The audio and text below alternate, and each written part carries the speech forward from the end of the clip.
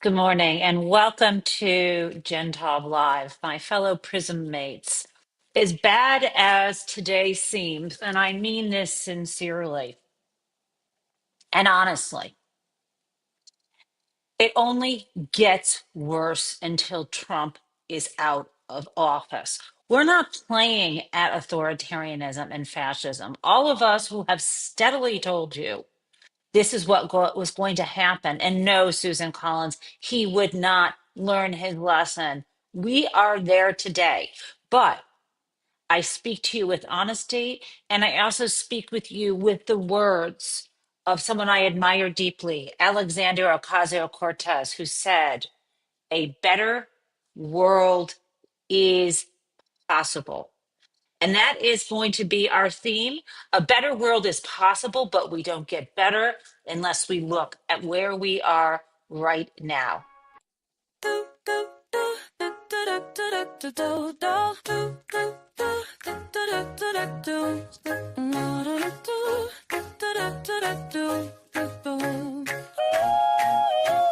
Hello, Prismates. It's the Gen Talk Show where welcome everyone. Let's learn about what is happening in politics. Yeah. And thank you again to our fabulous mod, Jason Smith, who made that music for us. Now, I got to begin with the breaking news today, which is the firebombing of Governor Josh Shapiro's home in Pennsylvania. They call this the governor's mansion, and here it is. It's not a mansion of the sort that you may consider. It's not like a when you say mansion, you may think of those giant Gilded Age era homes in Newport, Rhode Island. No, this is the so-called governor's mansion. It's a large space because the governor and his family live there, and it's a place where they entertain members of the public and dignitaries, including this Saturday evening for the first night of Passover, where the governor held a seder. And I want to be absolutely clear. When the news broke on Sunday morning and someone said there had been arson at the house, and I saw this kind of photo. I'm sure you probably saw something like this. And I thought, oh, okay, well, someone, broke in and tried to light a fire and everything's fine. But everything is not fine. Here is what actually happened. Here is the destruction. And I'm sorry, friends, we need to look at this. This is the room, one of the major rooms in which the Seder was held. The suspect, Cody Balmer, allegedly entered the home and he has been interviewed. This is according to police with a mission to essentially set this place ablaze. And if he encountered the governor, it was his plan it was his plan to, because he had a hammer with him, to attack him with it. If you look at this space, I need you to see this was a firebomb. This was what's called a Molotov cocktail. I'm not going to tell you how to make them, but it's essentially gasoline in a bottle set ablaze and thrown, and it has the effect of a firebomb. This is heartbreaking to me. In my own home, we did celebrate the first night of Passover, which is meant to be the way I look at it and my family does. It's a celebration of liberation, memory of when we were slaves in the land of Egypt, and none of us are free until all of us are free. That is everybody on the planet today. And you can see in this photo, this was a book that said, or a little stand that said, Passover crafts. Help yourself to some kid friendly Passover crafts. This was on the table and it's scorched. Also, here, if you can see this, this is a scorched, a burned, it was a blaze, a Haggadah. This is the guide that we use, the prayers that we have used for generations. Here is another photo, and these are not obviously, these are photos released, nothing private. These are photos that were released by the police or by the governor. This is a couch in that room where just hours earlier, families and friends and constituents had been sitting. And let's just be clear, the governor and his family were sleeping when this man broke into the house and firebombed it. Here's another view of that room with the piano there melted, the walls scorched, this fire blazed. And then this, plates, scorched table plates, shattered, covered in ashes from the firebombing. And then here is the governor meeting with the detectives as they tell him what happened. So until I saw those photos, I didn't get the full magnitude of what had gone down. I think it's important to witness this. This was an attempted murder, and we don't know if it was a hate crime. And, to be honest with you, it doesn't matter to me exactly what his motivation was, what this suspect, Cody Balmer, or whoever did this, the motivation, because Passover will never be the same for me. Seeing the image of the Haggadah in charred pieces of it and the children's Passover crops like that, it will never be the same. Now, I just want to be clear about this. The family was asleep. When the governor spoke yesterday, he mentioned they had guests over, so there were others there in the home. They awoke because the police were banging on the door or ringing the doorbell. I don't know exactly how they were alerted by the police. They were awoken around 2 in the morning, and they had to be rescued from the blaze. Black smoke billowing from the governor's house. As Shapiro said, he admires the first responders. They ran into danger. Now, this is the reality.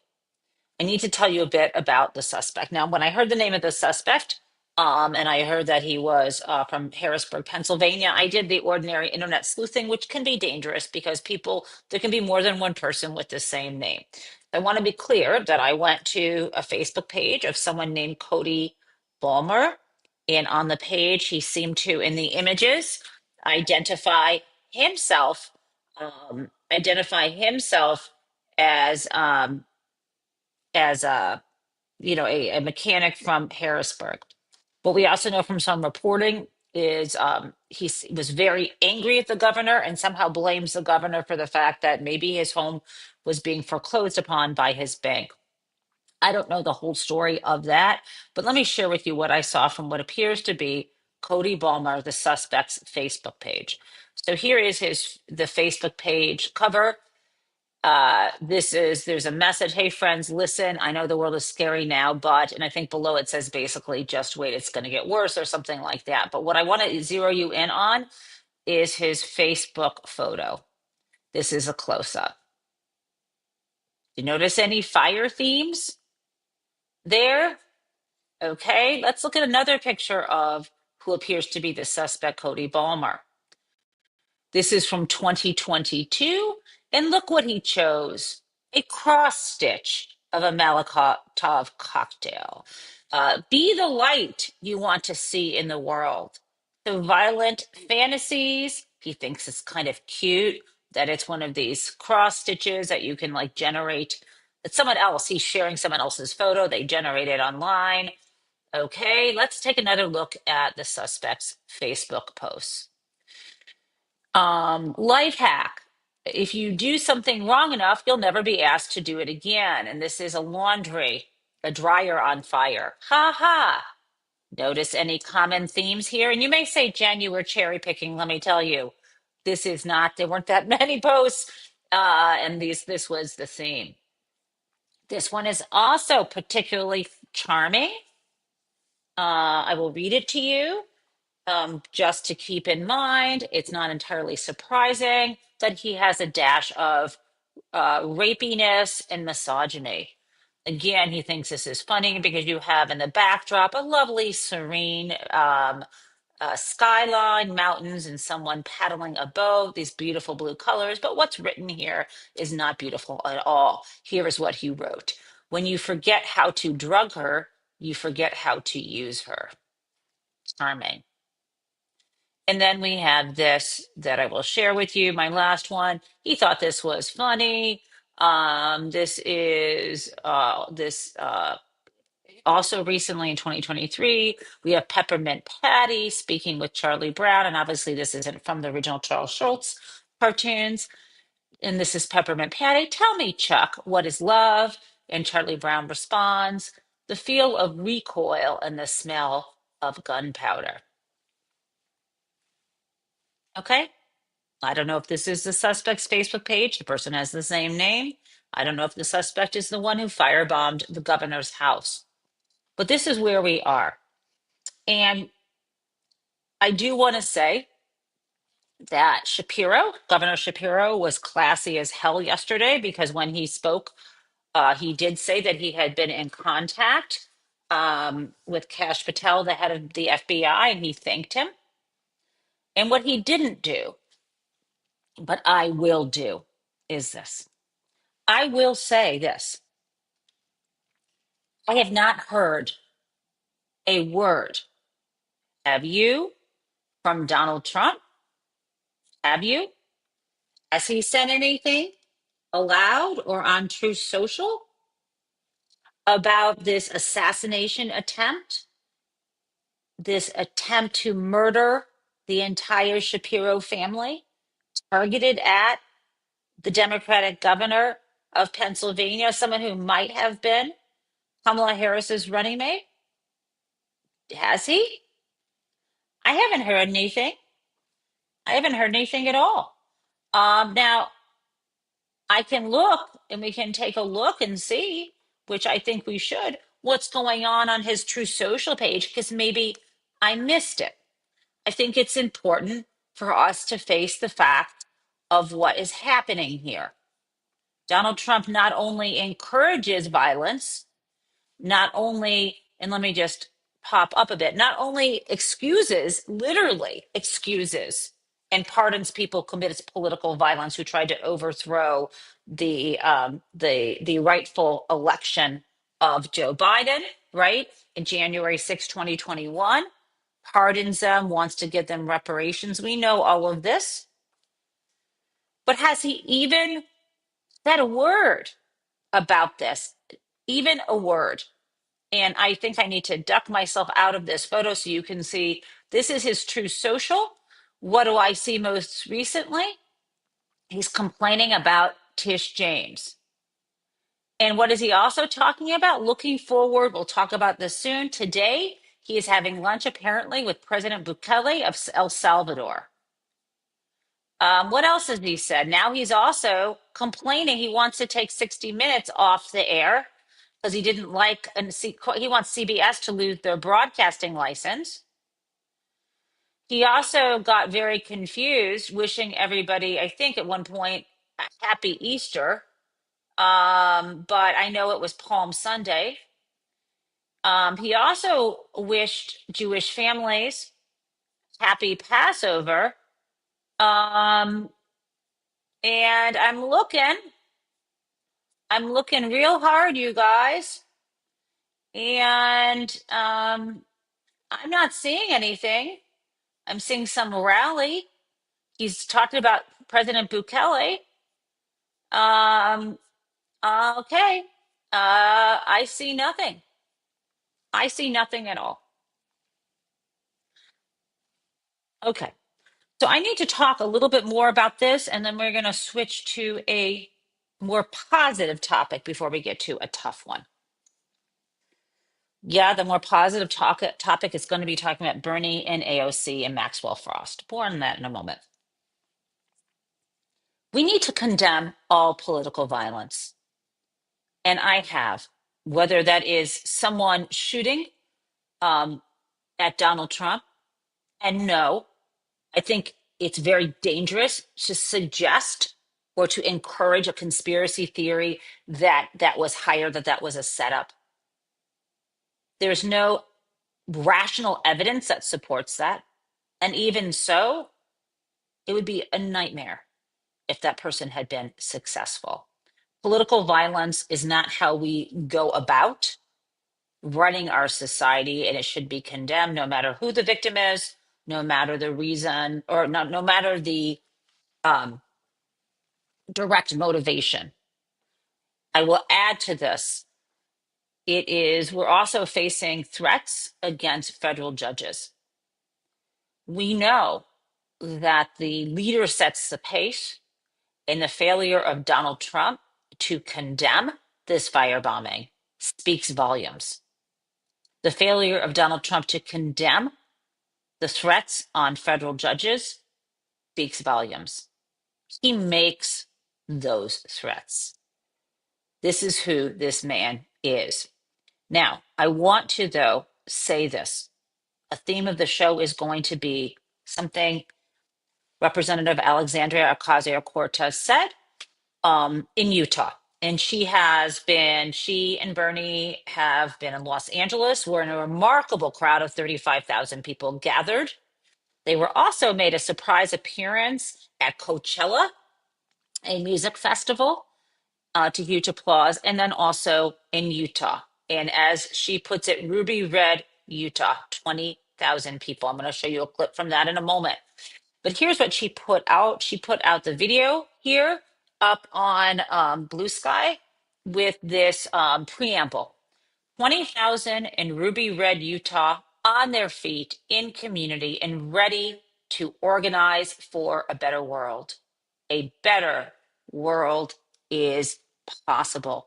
I want to share for you AOC, because what she is saying and what she is feeling is why I can have a smile on my face and say to you, it gets worse from here. But we have to believe in that better world, because it can get better as after this darkness descends. There is no way he backs off. The only hope is when we unify together. And we can if we have leaders like Bernie and AOC and others. I'll put Cory Booker in the mix as well, who motivate us and remind us that what we want is a better world, not just to stop what he's doing, but what does that better world look like? Let me play this for you. So many of us know what it feels like for life to be one bad day, one bad piece of news, one major setback, from everything feeling like it's going to fall apart. And we don't have to live like this anymore, Utah. We can make a new world, a better country, where we can fight for the dignity of all people. And it looks like living wages, Utah. It looks like stable housing, Utah. It looks like guaranteed health care, Salt Lake City. And it looks like respect for all of our differences, no matter who we are or where we come from.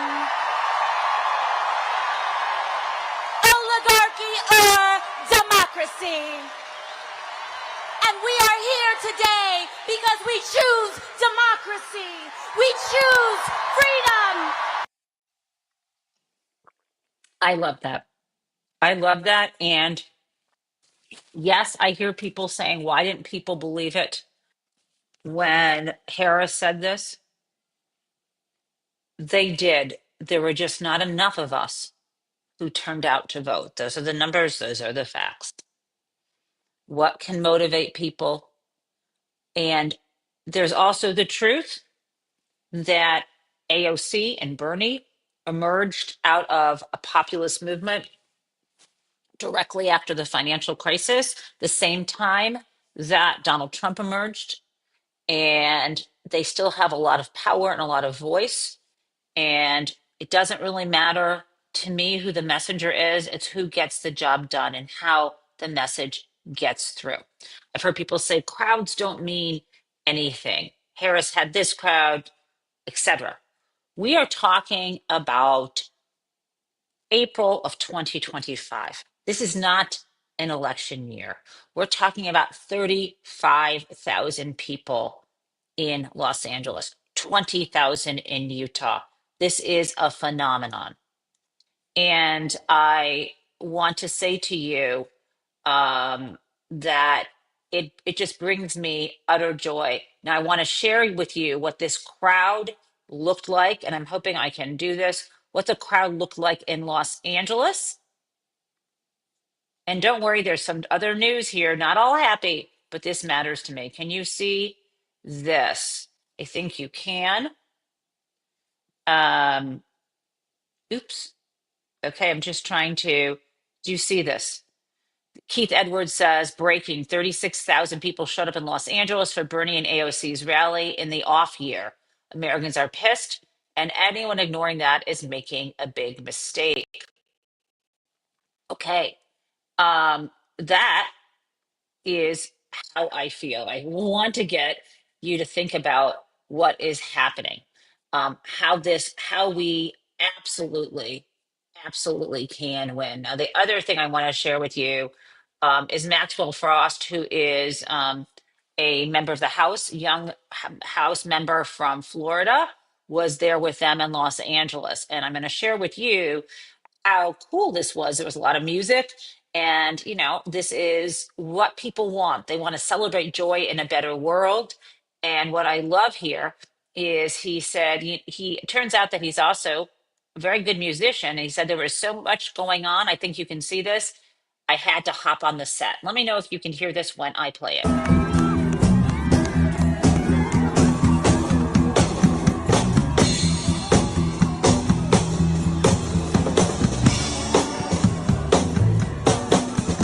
Can you all hear this? Oh, yes. Amazing.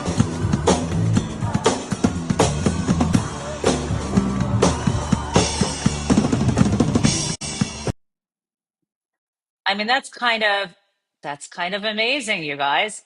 I love that. And this is again Maxwell Frost. When he put this up, he said, "Fighting the oligarchy with 36,000 new friends today. Thanks for pulling us together, Bernie." Okay, so what we need to talk about now is this. As you know, we have the Supreme Court ordering that Donald Trump obey the lower court judge and facilitate the return of Kilmar Abrego Garcia. And yet he's been incredibly defiant as a lower court judge in Maryland. This is the federal district court judge, is now putting in place what the Supreme Court said to do, which to make clear, remember she had said they need to facilitate his return, facilitate and effectuate his return. The Supreme Court agreed with the facilitate part, wanted some more clarity on effectuate, and she asked for filings from the government. They were late with those. She had a hearing, and we are still seeing papers being filed. Abrego Garcia has not been released. He has not been released yet. And meanwhile, Donald Trump is meeting with Bukele, the president of El Salvador, who he is paying under some kind of contract to house these prisoners. And Donald Trump's story keeps changing. I first want to play for you Senator Cory Booker, who is going to make clear to you what's going on, and then I'm going to show you how the Trump administration is trying to defy the Supreme Court, and ultimately, this is going to head up back to the U.S. Supreme Court, and we're going to find out whether we actually have a democracy or not through this case. Let me play this. The court has ordered the return of this person and that the Trump administration should do it. They're paying an authoritarian leader in El Salvador to hold people in the worst imaginable types of prisons that he is sent there without any due process. And this isn't just about Mr. Garcia. This is about every American understanding that this president is making an assault on the due process rights that are afforded to people in our country. Everybody from Anton Scalia to other conservative think tanks have said very clearly, you cannot disappear people off American streets. We are a nation of rules, and due process is clearly one of them. And to erode the due process rights of anyone is a threat to the due process rights of everyone. This is a democratic slippage, and we all should be speaking out against it. Absolutely. And let's talk about, as Susan Thompson says, scribble face being defiant. This is a photo. This is a photo of Kilmar Abrego Garcia with one of his children. A loving embrace. It looks like he's got a child and some toys in his hands. They're both smiling. You see this beautiful smile. This is also a photo of Abrego Garcia. Now, what is going on? Let me tell you, I want to share this with you. It's also on my Blue Sky. Professor Ryan Goodman, who is, I think he also writes for the Just Security blog. Um, and let's see, I'm going to tell you what law school he is at. He's at NYU. He put this up, which I think is exceedingly helpful here. And what you're seeing, I'm gonna break this out in one moment into separate slides. So this he put this up yesterday around 5 o'clock because there were some more filings in the case with the trial court judge. So he said the Trump administration just got into very deep trouble with the Supreme Court order. What does he mean? On the left, and I'm going to blow this excerpt up in a second. On the left, we have the Department of Justice, Trump's Department of Justice, claiming that the US government only needs to facilitate the return of Abrego Garcia via domestic policy. But on the right, there's an excerpt from the Supreme Court decision 9-0, saying held that the government must facilitate Abrego Garcia's release from custody in El Salvador. Now, I want to be clear to you. You may be looking at this excerpt to the right. It says statement of J. Sotomayor, but actually, that's because her statement begins below the part where the chief, where it is so ordered. So let me just be clear to you. Here is the language on something the Trump Department of Justice filed. They're misquoting the Supreme Court. And it says defendants, meaning Donald Trump and those others in his administration being sued, it says defendants understand facilitate to mean what that term has long meant in the immigration context, namely actions allowing an alien to enter the United States. Taking, quote, all available steps to facilitate the return of Abrego Garcia is thus best read as taking all available steps to remove any domestic obstacles that would otherwise impede his ability to return here. Okay?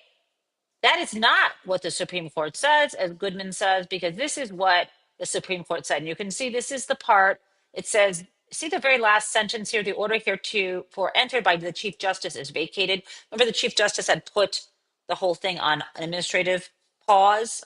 Below this, on the same page, is where Sotomayor's concurrence begins. So I'm giving you this excerpt. This is from the main decision. And um, it says so this part that's key. The rest of the district court's order remains in effect, but requires clarification on remand. That's where it is. They sent it back down to her.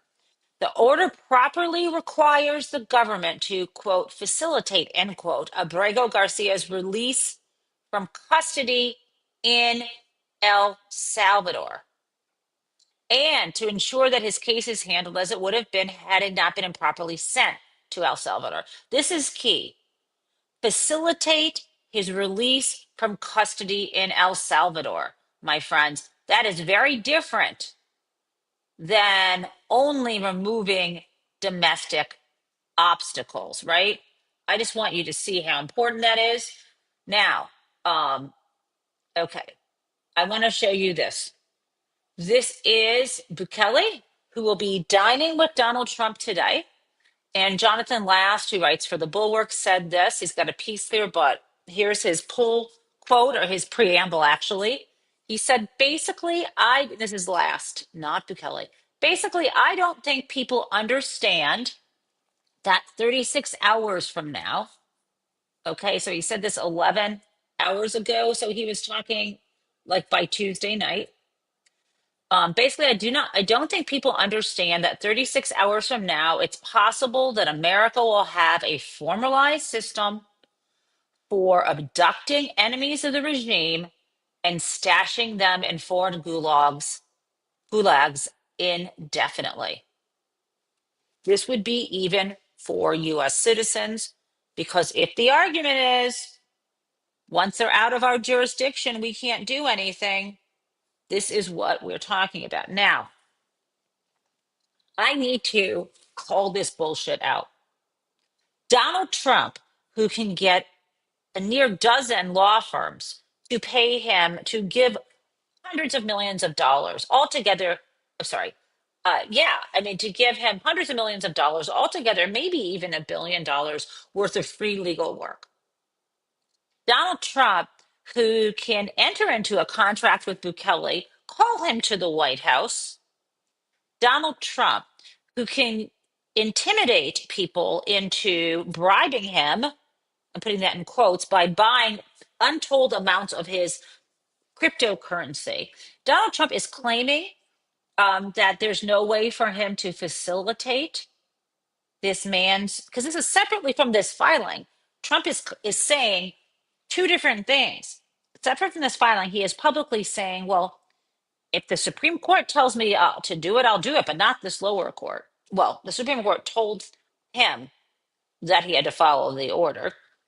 Secondly, then he was saying after that, well, I have no power here. I have no power. El Salvador is a sovereign nation. They do what they want to do. Then his lawyers are saying the Supreme Court didn't tell us to do anything with international foreign policy, just to remove any domestic obstacles. So there's three different things. Let's ignore the lawyers because the lawyers are ignoring the law. Donald Trump claiming that he's going to respect the sovereign territories of a country with whom he has a contract to pay tons of money.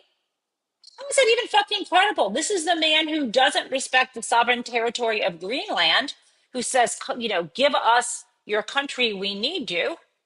We need it for us. This is Donald Trump, who doesn't respect the sovereign territory of the state of Maine and says, do what we want, or we're going to violate the law and take all your money away that you are legally entitled to get because Congress appropriated it. Donald Trump, who, do I need to go on? Do I need to go on to tell you exactly how Donald Trump somehow is impotent now? Maybe that's what he thinks, and has no power over Bukele, who is coming to lunch with him. It strains credulity. Or let me say that in legal terms, it's fucking bullshit. And the problem is going to be when and how will the Supreme Court finally intervene and demand this guy come home? And I will tell you that no matter what this US Supreme Court does, Donald Trump is going to defy them. This is the whole game. This is it. And at some point, the Republicans have to stop being fucking cowards and agree that they will impeach and convict and remove this man.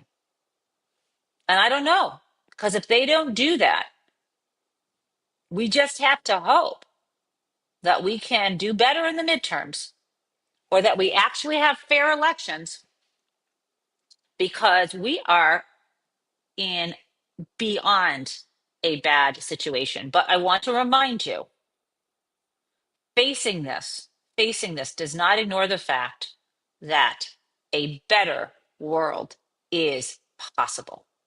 I believe that. Now, we've got to do a little crazy town. In Crazy Town today, oh, actually, I'm sorry. Before I get to Crazy Town, I need to share with you what AOC had to say about disappearing citizens off the street. So let me share that with you. I'm sorry. And then we'll be doing Crazy Town. I got this. I'm just going to share my screen. Give me a moment. Okay, here we go. And we must acknowledge the terrifying moment that we are in right now. And that what we are hearing and seeing with our own eyes is, in fact, happening. We are watching our neighbors, students, and friends being fired, targeted, and disappeared. It is real. People we love are being targeted and harassed for being trans or queer. Our coworkers, U.S. citizens and immigrants alike, are being disappeared off the street by men in vans with no uniform. Educators are being fired for teaching American history accurately, and activists are being detained with no charge or evidence for using their First Amendment rights, especially when they use them for Palestinians. This is happening, my friends. This is happening. And no matter where you stand on any of the issues, they're coming for the people who are the most vulnerable, who are the most unpopular, generally speaking, not in our or their or anyone's own circles, because they think that we'll be okay with it. But we're not. We're not okay with it. Now, I do want to get for you um, what I think is kind of a fun, crazy town. Um, and in order to do this, I've got to hold on. I've got to pause this. In order to do this, let me just. Sorry, I've got to share this with you. I may need to play this twice. It's a kind of fun, crazy town because it's crazy how clever it is. And again, I need to watch it and then I'll play it again. But before I do that, let's do our crazy town lead in music because this deserves a lot of crazy.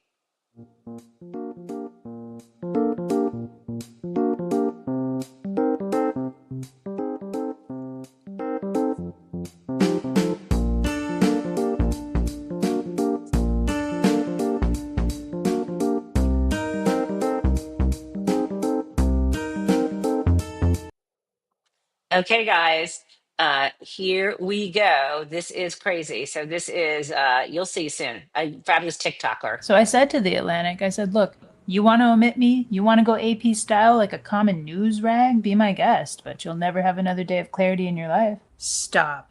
You said that? Inspiring. Insufferable. Well, we have to know our worth. Who is that just walked in? One of the dashes, maybe? You there, hyphen.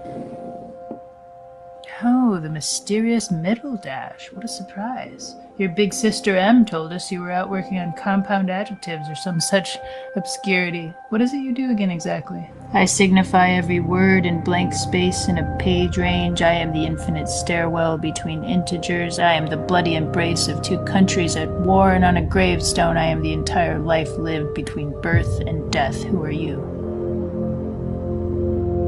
I think everyone here knows who I am. Yes, because you come here with your entourage of commas, your conjunction in tow, and you campaign and justify your existence, and for what? I don't follow. So you can tidy up a few more lists. I'm essential. You're vestigial. All right, that's enough. Okay, guys. I'm actually going to make you play that again. If you wondered, if you were listening and not looking at your screen, I'm speaking to you, Michael. You wouldn't have noticed this one woman was first being the Oxford comma, and then later the end dash came in. I think it's hysterical. Maybe it's a little deep. But one last thing before we go. Prism. We call for folks of you who are new here, you might hear this in the song Prism Mates. It's not prison, Prism, Prism, like the rainbow that is comes through when light is shown through crystal, for example. And prism for us here means that we need to focus on our physical health, our relational health, our intellectual health, our spiritual health, and our mental health. And that's true now more than ever. And so for people who say, oh, will that crowd make a difference? Or who cares? You know what? Don't yuck someone's yum. The idea is when I see AOC say those words, when I see her say that we can have a better world, I know that I'm doing something more than not taking part in the lie. I know that I am doing what Douglas said. Power concedes nothing without a demand. It never did, and it never will. My demand is that we see and we get to that better world. We will. We will get there, but it only is possible with the vision first, along with the action. And with that, I will play you out instead of with, and I love my song. I played us in with it, but I'm playing us out today with AOC because this is what I feel I need. So I'm going to start with AOC, and then Jason Smith's wonderful, wonderful music will take over after that. Here we go. World, a better country where we can fight for the dignity of all people. And it looks like living wages, Utah. It looks like stable housing, Utah. It looks like guaranteed health care, Salt Lake City. And it looks like respect for all of our differences.